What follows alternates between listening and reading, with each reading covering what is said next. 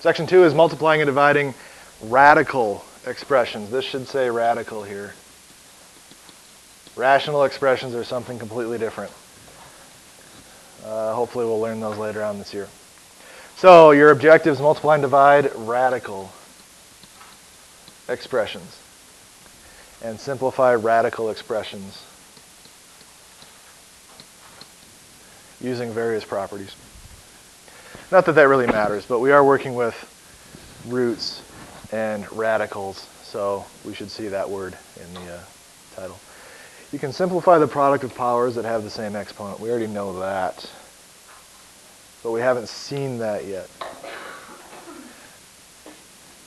For example, we know that if I have a times b to the nth power, since this is multiplication here, I can use that property that says I can send that exponent in. And I wind up with a to the n, b to the n. Are a and b the same? Not necessarily. They don't have to be.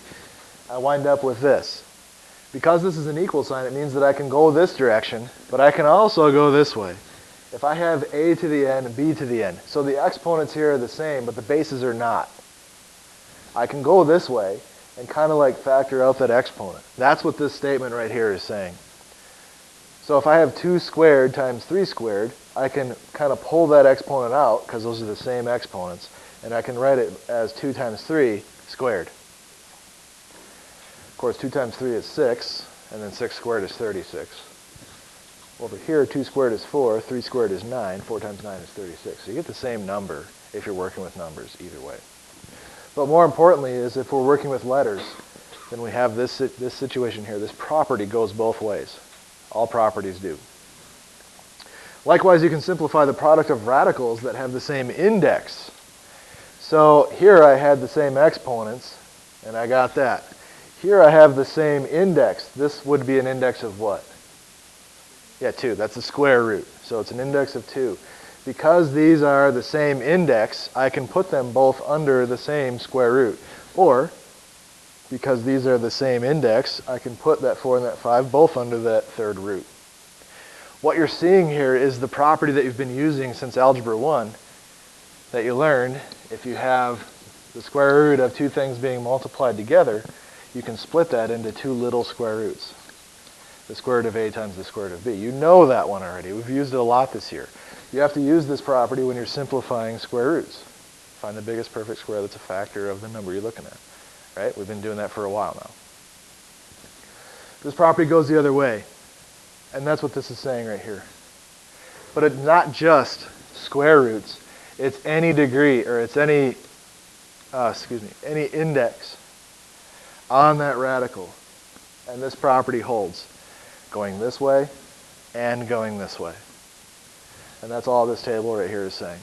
So the property officially is, if you have an nth root of something and another nth root, same index of something else, then the nth root of a times the nth root of b is equal to the nth root of ab. You can put both of them under that same index radical and multiply them together. All right. Simplify the product. It says if possible. So we have to look at the index. We have a cube root of 6 times a square root of 2. Can I simplify that? No, I can't. Why? Yeah, the index is different. We have a cube root here and a square root here. I can't simplify those. So this one is not possible. Actually, the answer is this right here. It just can't be simplified. But in this section in the book, they're saying not possible for their answers. How about the next one? The cube root of negative 4 times the cube root of 2. Yeah, these have the same index, so we're going to write the cube root of and then multiply negative 4 times 2 together, and we get negative 8. Now, just like normal, we always have to express our radicals in simplest form. Simplest radical form is the directions you'll probably see. So express the answer in simplest radical form. That means we need to reduce this if we can. Is there a perfect cube that goes into negative 8? There is no I involved. Negative 2 is the cube root of negative 8. Because negative 2 times negative 2 times negative 2 is negative 8. So this actually simplifies down to negative 2 as an answer. How about the next one? The 4th root of 7 times the 5th root of 7. No? Yeah, but these numbers right here are the same. So? Doesn't matter. The index has to match. The number underneath has no bearing on anything. It's only matching indices. So this one is what? Not possible. And how about the last one? Okay, so what are we going to write? Yeah, it's the 5th root of negative 5 times negative 2 is positive 10. And again, we need simplest radical form. So, does that simplify? If it did, we need a number that times itself 5 times gives us 10. Is there a number that does that? Actually, there is. But it's not a nice number. It's like 2 point something. Terrible. So therefore, this is the answer. When we're reducing or simplifying roots, we're only looking for integer values, not the decimal version. This is an irrational number here, so the decimal would never end. At this point, you're already capable of doing 11 through 17 odd.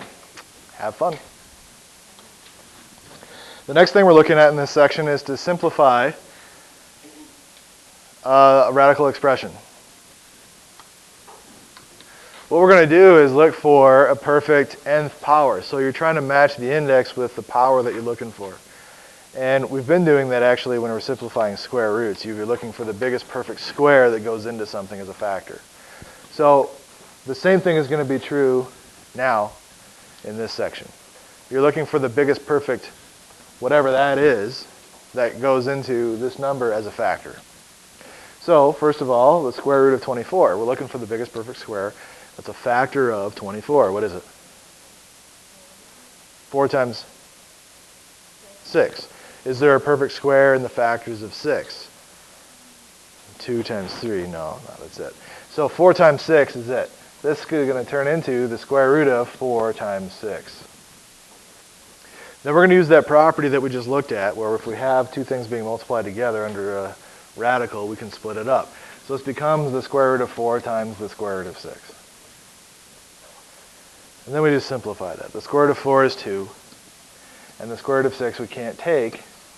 So the square root of 24, simplest radical form, is 2 root 6. Next one, the cube root of 24. So in this case, I'm looking for the biggest perfect cube that is a factor of 24. 2 is not a perfect cube. Yeah, so our perfect cube in this case is going to be 8 times what? 3. 3 times 8 is 24. So we're going to write the cube root of 8 times 3. And then using that same property, I can split these. When I do that, I get the cube root of 8 times the cube root of 3.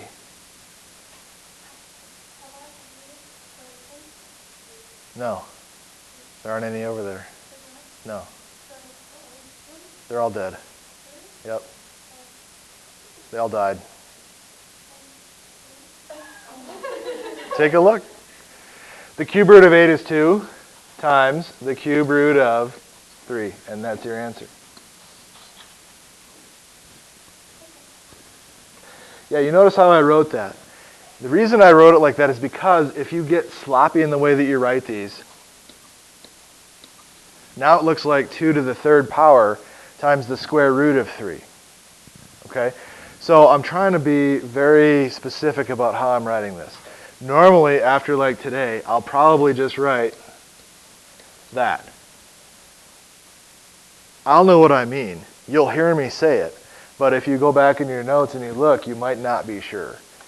It is possible, because pretty soon we're going to be dealing with exponents on variables. And I could wind up with, what does that say? Is it x to the 3rd times the square root of 3, or is it x times the cube root of 3? So that's why in this case I put a dot there so that I can clearly tell, just like if I do that, now I can clearly tell what that actually says. Okay? Now on the next one, it's the same idea. This is the cube root of 54x to the 5th. We are still trying to simplify like we were doing up here or on this one over here.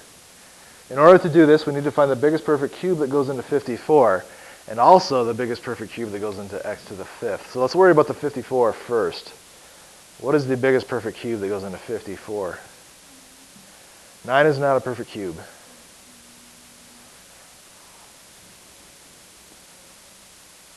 Yeah, 27. You need to have that list of perfect cubes in your mind. It's kind of an easy one to generate. 1, and then 2 to the third is 8, and then 3 to the third is 27, and so on. So you need to know those.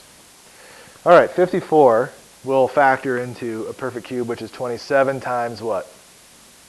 2.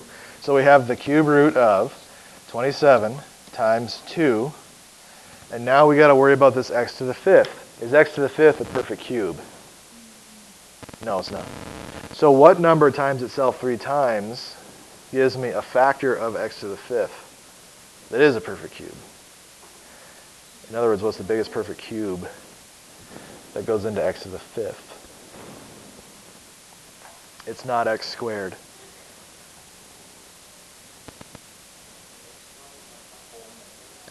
Exponent has to be a whole number.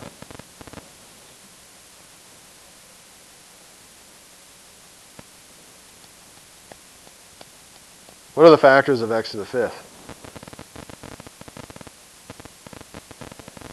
X times x to the 4th, x squared times x to the 3rd, x to the 3rd times x squared, x to the 4th times x. Are any of those a perfect cube?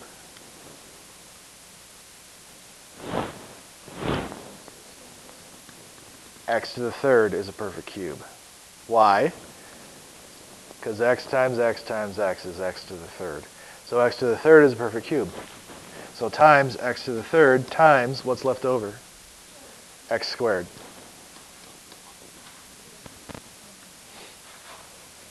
Okay? Okay. So now what we're going to do is we're going to split all this up like we were doing up here. We're going to take the cube root of things we can take the cube root of. We're going to leave alone things we can't take the cube root of, just like we did up here. So I can take the cube root of 27. What is it? 3. Can I take the cube root of 2? No. Can I take the cube root of x to the 3rd? Yeah, what is it? X. Can I take the cube root of x squared? No. So now I write times the cube root of what's left over. I didn't get to take the cube root of the 2, so 2. I didn't take the cube root of x squared, so x squared. This is the answer. Last one. What are we doing? Talk me through it. Find the biggest perfect cube that is a factor of 128. What is it?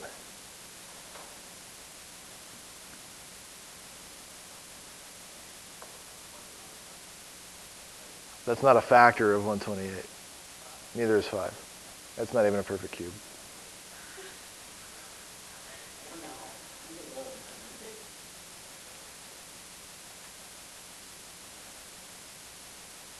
So it has to be a perfect cube, and it has to be a factor of 128. What is it? 64. 8 works, but that's not the biggest. So 64 times what gives you 128? 64 times 2. So we have the cube root of 64, which is a perfect cube, times its factor that gives me 128, which was 2. Now what's the biggest perfect cube that goes into x to the 7th? X to the 3rd is a perfect cube that goes into x to the 7th, but it is not the biggest perfect cube. X to the 6th is correct. Why is x to the 6th the biggest? Yeah. X squared times itself 3 times gives me x to the 6th. So I have times x to the 6th times x to the 1st. Because these two multiply together give me x to the 7th. So in other words, what's going to happen here is when you're trying to figure out the biggest perfect whatever that goes into this variable with an exponent is, you're going to be looking for the biggest multiple of this index right here that is less than this number. The biggest multiple of 3 that's less than 7 is 6. So x to the 6th is your biggest perfect cube. Now we're ready to take the cube root. Do I need to separate all this out like I did up here, or are we okay with that? We're okay? All right, so just go across and take the cube root of things that you can take the cube root of. Can I take the cube root of 64? Yeah, that was the whole point. What did I get? 4. Cube root of 2? No. Cube root of x to the 6th? X squared.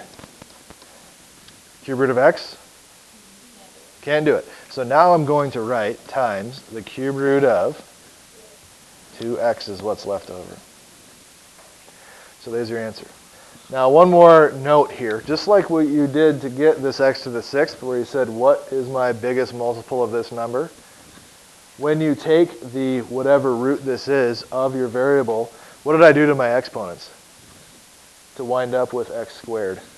If I have a 6 here and an index of 3 and I wound up with 2, yeah, I divided them. So that's how you can go from here to here kind of easily. All right, you're capable of doing all the way through number 27 now in your homework. Have fun. Now what we're going to do is put those two ideas that we just learned together. So simplifying nth roots and those properties that we were talking about before. So what's going to happen here is we have two indices of 2 here, so that means we can combine these, and then we're going to simplify them. Same thing's going to happen over here on this one. So my hint to you is this: to simplify a product of roots, first multiply the roots together. Remember, your indices have to match, and they do in this case. First multiply together and then simplify inside the radical. Multiply together first though. So to do that, I'm going to have a big square root here, and then I have to do 72 times 10, which is 720. X to the 3rd times x, which is x to the 4th. And then y squared times y to the 3rd, which is y to the 5th. When we multiply like bases, we add the exponents. So like I said, those properties that we learned back in before section 1, they're going to come up all chapter long. You really need to know them. Okay, now we've multiplied them together. We need to simplify this. We need to write our radical in simplest radical form. So, what am I looking for?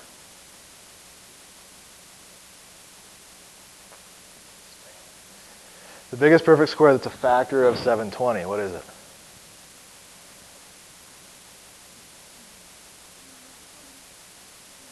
$120 is not a perfect square.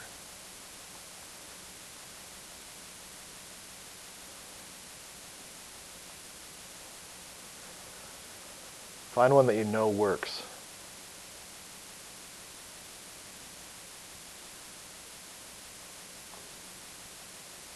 See that 72 sitting there. 720. Does that help? 9? Well, 9 times what would give me 720? Okay, so we know 9 works, and now we're left with 80. Do we have any perfect squares that go into 80? 4 times what? 20. So now we have 9 times 4, which is 36. That's a perfect square. And that goes into 720. So it's, yeah, 36 times 20 gives you 720. Is there a perfect square in 20? 4. So 36 times 4, what is that?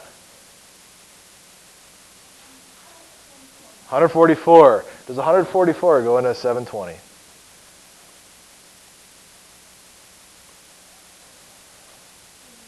How many times? 5. So we have the square root of 144 times 5. Find a perfect square that works. Factor it out of the number that you're looking at, and then continue. Multiply all those perfect squares that you find together, and you'll have the biggest perfect square that works. How about x to the 4th? What's the biggest perfect square there? Yeah, x to the 4th is already a perfect square. How about y to the 5th? What's the biggest perfect square that goes into y to the 5th? Y to the 4th times what? Y to the 1st. All right, so now we take the square root of everything that we can take the square root of. Square root of 144 is, can't do the square root of 5. The square root of x to the 4th is x squared. The square root of y to the 4th is y squared. I'm done taking square roots, so now I write square root, what? 5y. And that's your answer. All right, talk me through the next one. All right, you took out the hard part, square root symbol. 1575. X to the 6th, y to the 7th is correct. Now, we need the biggest perfect square that goes into 1575. Find one that you know works already. Just by looking at that number, you got one that works. 25. How do I know 25 works? Because it ends in 75. That means 25 works. So, what's 1575 divided by 25? 63? All right, do we have a perfect square that goes into 63? 9 times what? 7. So we have 25 times 9 times 7 gives me 1575. Well, what is 25 times 9? 225. That is a perfect square. So we have the square root of 225 times what? 7. Now x to the 6th. What's the biggest perfect square for that? X to the 6th. And how about y to the 7th? Y to the 6 times y is correct. Okay, now we take the square root of some stuff. What do we get? 15. X to the 3rd, y to the 3rd. Square root, 7y. There's your answer. Square root of 225 is 15. Square root of x to the 6th is x to the 3rd. Square root of y to the 6th is y to the 3rd. And we're left with the 7y under the radical. So now you can do all the way through 35. The last part of this section is dividing with radicals. So we've been working with multiplication only. Now we got to learn how to divide. We already know the property that we're about to learn here. We just have to extend the property into nth roots, not just square roots. Back in Algebra 1, we learned that if we had a big square root of a fraction, we can split that big square root into two little square roots being divided. That is a property. You can go this way. What we're learning now is that we can also go this way. So, this is what we were doing before. The square root of 2 times the square root of 3 is the square root of 2 times 3. The third root of 4 times the third root of 5 is the third root of 4 times 5. That's what we were just doing. Now we're going to be taking the square root of 2 and dividing it by the square root of 3 and writing it as the big square root of that fraction, 2/3. Or the little square, or the little third root of 4 divided by the little third root of 5, and we write it as a big third root of 4/5. That's this property right here. All we've done, though, is extend it into an nth root is equal to a little nth root divided by a little nth root, or going the other way. And that's what this property is saying. If the nth root of a and the nth root of b are real numbers and b is not equal to 0, why can b not be equal to 0 here? Yeah, you can't have division by 0. If b was 0, then this would be division by 0. We can't ever do that. The whole universe explodes. Then we can go from this to this. That's the property. So, a couple of practice problems here. We have the square root of 18, x to the 5th, divided by the square root of 2x to the 3rd. I'm going to use that property going the other way and make a big square root of 18, x to the 5th, divided by 2x to the 3rd. And now that fraction can be reduced. Inside the radical, inside that square root, I have 18 divided by 2, which is probably still 9. And then x to the 5th divided by x to the 3rd, what's that? Yeah, it's x squared. When we divide like bases, we subtract the exponent, so that becomes x squared. Now I'll simplify that if it can be simplified. What is the square root of 9? 3. And what's the square root of x squared? X. So all of that simplified down to 3x. Okay, talk me through B.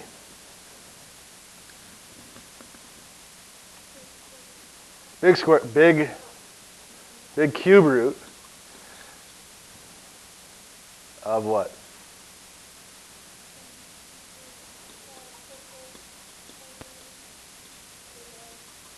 Okay, now what's supposed to happen?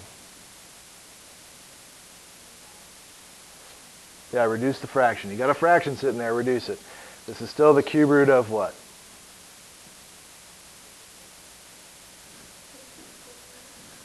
(162) divided by 3 is 54. Y to the 5th divided by y squared is y to the 3rd. Is that our answer? No, we need to reduce that if we can. Simplest radical form. So, what's next?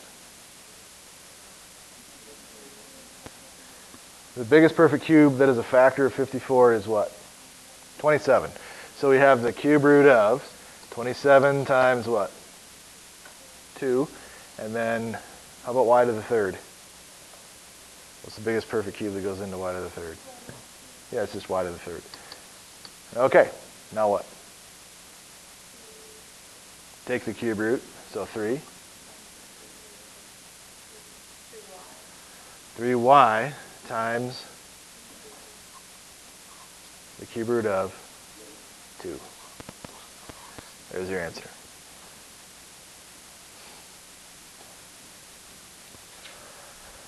Okay, one more thing, and then we're done with the section. Rationalizing the denominator. You've known how to rationalize the denominator since Algebra 1 as well. You should have been doing it also in geometry class. Is this a good answer right here? No, why not? Yes, you cannot have a root in the denominator. I call that what? That's rude. That's being very rude. So it's like the same as having your feet on the dinner table during Thanksgiving. Is your family going to like that very much? No, probably not. And in the math world, we don't like that very much either. So we have to take care of that. What do we need to do? Yes, it's going to be this process called rationalizing, which is basically multiplying top and bottom by fancy 1. If you have a root in the denominator, you can rationalize the denominator to get rid of the root. It just involves multiplying by a fancy 1. It's a 1 that you're multiplying by.